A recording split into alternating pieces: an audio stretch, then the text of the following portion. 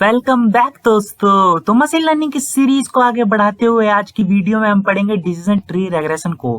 पर दोस्तों उससे पहले मैं आप लोगों से बोलना चाहूंगा कि आपने अभी तक मेरी मशीन लर्निंग की प्लेलिस्ट को एक्सेस नहीं किया तो मैं आपको लिंक आई बटन में दे दूंगा, आप जाके उसे एक्सेस कर लीजिए।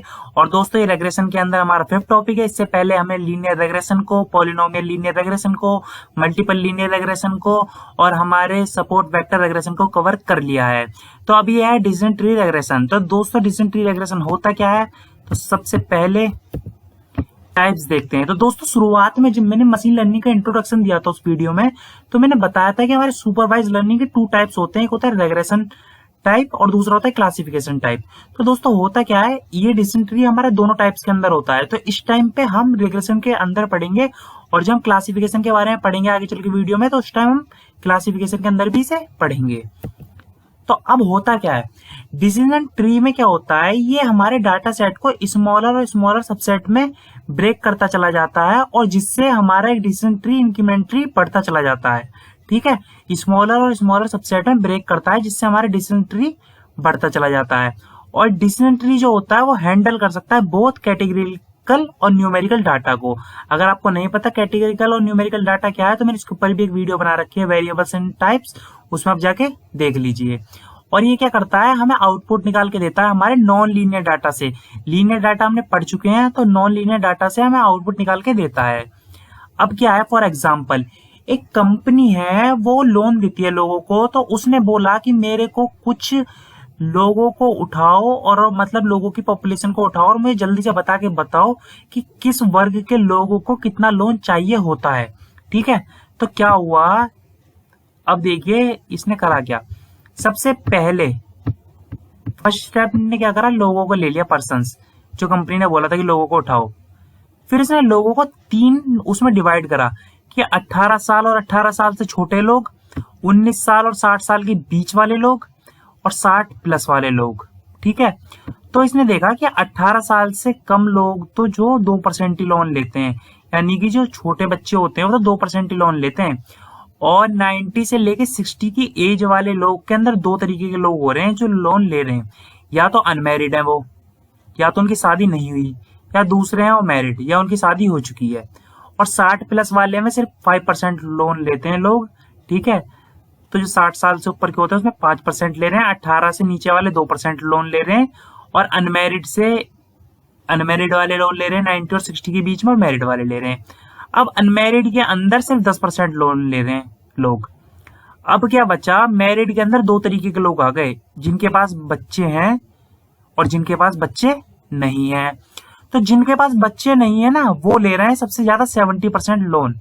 तो मेरा मेन मोटिव क्या था, यहाँ से 70% वाले लोन को फाइंड करना कि हाईएस्ट लोन किस वर्ग के लोग ले रहे हैं। तो ये जो मैंने पूरा प्रोसेस करा ना, ये दोस्तों हमारा डिसीजन ट्री है। जो मैंने अपना फाइनल आउटपुट फाइंड करने के लिए पूरा प्रोसेस परफॉर्म कर दिया ना, तो दोस्तों ये हमारा डिसीजन ट्री है। तो इस तरीके से डिसीजन ट्री होता है। अब आगे बढ़ते हैं। और अब देखिए इसमें एग्जांपल में ये क्या है, तो अब इसको देखते हैं। तो दोस्तों बड़ी ध्यान से समझना, इसे बहुत अच्छे से समझाऊंगा। सबसे पहले इसने कंडीशन दे दी कि x1 हमारा 20 से छोटा है। तो हमने यहाँ पे ये लाइन ड्रॉ कर दी कि x1 हमारा 20 से छोटा है। तो हर चीज के 2 पहलू होते हैं, या तो सही है या गलत है। तो इसका एक कंडीशन निकली सही है, दूसरी निकली गलत है। तो सही वाली गई कि x2 जो है 200 से छोटा है। तो x2 जो है 200 से छोटा है, 200 से क्या है, छोटा। तो ये आ गई वैल्यू। ठीक है, तो x2 जो है 200 से छोटा है। अगर ये कंडीशन ठीक है, यस है, तो हमें कौन सी वैल्यू मिल गई, 300.5 वाली। तो ये कंडीशन अगर सच है तो कौन सी वैल्यू मिल गई, 300.5 वाली। अब दूसरा क्या, या तो गलत है। गलत है तो भैया अगर नीचे वाली नहीं मिली तो ऊपर वाली मिलेगी। तो यानी कि हमें मिल गई 65.7 वाली वैल्यू। इतना आ गया दोस्तों, कुछ नहीं था। अब दूसरा आ गया यहाँ पे कि x2 हमारा 170 से छोटा है। अब x2 हमारा किससे छोटा है, 170 से। तो ये रहा 170, और जब ये एरिया हमारा फिल हो चुका है तो 170 के लिए लाइन हमारी यहाँ से शुरू होगी। और क्या बोल रहा है, हमारा x2 170 से छोटा है। ये रहा भैया, ये आ गया एरिया जो 170 से छोटा है। अब 170 से छोटा है तो भाई इसके अंदर भी 2 कंडीशन बन रही हैं। पहले तो यस है, ठीक है, तो इसके अंदर आके दो कंडीशन बन गई कि x1 40 से छोटा है, तो x1 40 से छोटा है। अगर x1 40 से छोटा है तो क्या यस दे रखा है इसने, तो यस दे रखा है, तो x1 40 से छोटा। आप शुरू से देखते हैं, x2 ये था हमारा फॉल्स हो गया, तो फॉल्स होते ही हमारा इधर वाला एरिया आ गया। फिर यहाँ पे ये वाली कंडीशन आई, तो इसने बोला x2 हमारा 170 से छोटा है, तो 170 से छोटा नीचे वाला आ गया एरिया। अब तीसरा आ गया कि x1 हमारा 40 से छोटा है, तो 40 क्या ये रहा, तो हमारा ये वाला एरिया मिल गया। तो हमें कितना पॉइंट भरना पड़ा वहां पे 64.7। और जब भाई ये वाला नहीं है तो दूसरा तो सिर्फ यही बचा, तो बाकी का 0.7 के लिए मेरे पास ये पॉइंट है। इतना आ गया दोस्तों, कुछ नहीं था। अब क्या था, यहां से जब हम निकले थे तो हमने देखा था कि x2 हमारा 170 से छोटा है, इसके लिए कंडीशन थी यस, तो यस तो हमने देख ली कि ये आ गई। और दूसरी कंडीशन नो थी, तो नो तो भैया ये रही। अब दोस्तों इन पॉइंट्स को कैलकुलेट करने का तरीका होता है एंट्रोपी का, ठीक है, एंट्रोपी की हेल्प से कैलकुलेट करते हैं, पर हमारे लिए इतना कुछ, हम तो यहाँ पे कोड इंप्लीमेंट करेंगे, सफिशिएंट है इतना समझना। आपको ये समझ में आ जानी चाहिए कि डिसीजन ट्री किस तरीके से इंप्लीमेंट करता है, ठीक है। एक और एग्जाम्पल, तो रियल लाइफ एग्जाम्पल देखते हैं कब जल्दी से। तो दोस्तों मैं गया हूं अपने घर से मार्केट, अपने घर से कहा गया हूं मैं, मार्केट। तो वहां मेरे दिमाग में आया क्या मैं हंगरी हूं, ठीक है, क्या मैं हंगरी हूं। तो इसके हमेशा दो जवाब होते हैं, यस आप हो या नो आप नहीं हो। तो पहले देखते हैं हम नो, अगर मैं नहीं हूं तो मुझे क्या करना चाहिए, तो नहीं हो तो घर जाओ आराम से और सो जाओ या कुछ भी काम कर लो अगर नहीं हो, ठीक है। और अगर हूं तो क्या है, अगर मेरे पास हंगरी भी हूं, मुझे भूख लगी है, और यस भी है, तो मेरे पास दूसरा क्या है, क्या मेरे पास पैसे हैं कि मैं कुछ खरीद पाऊं मार्केट से। यस आई हैव 100 रुपीज, हाँ मेरे पास 100 रुपए हैं। तो अब इसके अंदर भी जाके दो कंडीशन बनेंगी, यस और नो। अगर पैसे हैं, सबसे पहली थी मैं भूखा हूं, फिर दूसरी आगे मेरे दिमाग में मेरे पास पैसे हैं। अब यस और नो में क्या कंडीशन बनेगी, यस बनेगी कि मैं भूखा हूं, मेरे पास पैसे भी हैं, तो शुड आई ईट पिज्जा, क्या मुझे पिज्जा खाना चाहिए, ठीक है,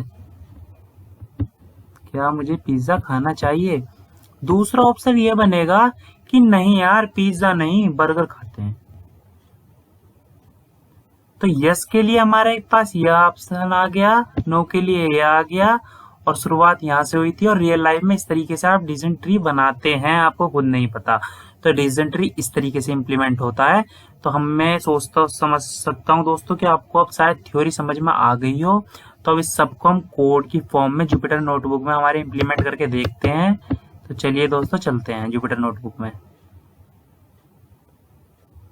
तो चलिए दोस्तों शुरू करते हैं। तो मैंने अपना जुपिटर नोटबुक खोल लिया है। सबसे पहले करूंगा मैं इंपोर्ट लाइब्रेरीज को अपनी, तो इंपोर्ट करता हूं मैं पांडास को एसपीडी,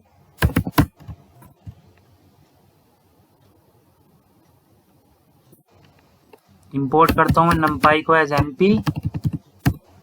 इन लाइब्रेरीज के बारे में शुरू से पढ़ा, मेरी प्लेलिस्ट खोल के देख सकते हैं। फिर मैं इंपोर्ट करता हूं डाटा विजुअलाइजेशन के लिए मैटप्लॉटलिब को, pyplot SPLT। अब इतना करने का दिन एग्जीक्यूट कर लेता हूं। तो नेक्स्ट स्टेप होता है हमारा अपने डाटा सेट को लोड करना। तो df.pd रीड कर दो मेरी, वही डाटा सेट लूंगा मैं CSV फाइल को, और ये मैंने उसके अंदर डाटा सेट पास कर दिया। अब मैं लिखता हूँ सैलरीज, ये रहा। अब मैं इसे एग्जीक्यूट करूंगा, तो df.head कर देता हूँ। बाय डिफॉल्ट मुझे 5 वैल्यूज प्रिंट करके दे देगा डाटा सेट की। अब अगला स्टेप इतना करने के बाद करेंगे हम क्या, इतना करने के बाद हम इंडिपेंडेंट और डिपेंडेंट वेरिएबल की फॉर्म में डाटा को स्प्लिट करते हैं with the help of iloc function, ठीक है। तो वो करने के लिए मैं पहले बनाता हूं अपना इंडिपेंडेंट वेरिएबल x। तो मैं क्या करता हूँ df.ilog का यूज करके मुझे प्रिंट कराना है लेवल को। तो मैं यहाँ पर दूंगा क्या 1, और फिर ये रेंज वाला फंक्शन होता है -1 तक के बीच में जितना भी है, तो लेवल वाला ही मुझे प्रिंट करके दे दो। अब मैं यहाँ पे करूंगा डॉट वैल्यूज को, क्योंकि मैं चाहता हूँ कि मुझे एरे की फॉर्म में दे। अब इसे मैं एग्जीक्यूट करता हूँ, एग्जीक्यूट हो गया भाई। एक सेकंड दोस्तों, तो y के अंदर क्या करता हूँ मैं, df.ilog लगाता हूँ और इसके अंदर भी सेम काम करना है मुझे, बस इस बार इंडेक्स की वैल्यू चेंज कर देनी है। तो इंडेक्स की वैल्यू क्या देनी है इस बार, -1, क्योंकि लास्ट वाला मुझे चाहिए सैलरीज डॉट वैल्यूज के लिए आऊंगा क्योंकि एरे की फॉर्म में चाहिए। अब एग्जीक्यूट हो गई है तो प्रिंट भी करवा लेता हूँ चलिए एक्स को। तो ये देखिए यहाँ पे एरे की फॉर्म में आके आ गया। अगर मैं वैल्यूज ना लिखता तो सिंपल मुझे दिखा प्रिंट करके ऐसे कैसे दे देता उठा के। अब क्या करूंगा दोस्तों मैं, अब मैं करूंगा ट्रेन करूंगा डिसीजन ट्री मॉडल से डाटा सेट को, ठीक है, जो हमारा मेन मोटिव है। तो सबसे पहले क्या करेंगे, जो हमारी साइकिल लाइब्रेरी है, बेस्ट लाइब्रेरी है हमारी मशीन लर्निंग के लिए, तो उससे हम इंपोर्ट करेंगे ट्री डॉट इम्पोर्ट कर दो मेरा डिसीजन ट्री रेग्रेसर को, ठीक है। इतना कर लिया तो आप सबको पता क्या करते हैं, हम एक वेरिएबल डिफाइन करते हैं जिसके अंदर डिसीजन ट्री रेग्रेसर दे देंगे। अब इसके अंदर मैं रैंडम स्टेट दूंगा। रैंडम स्टेट क्यों दूंगा कि मेरा डाटा सफल ना करे।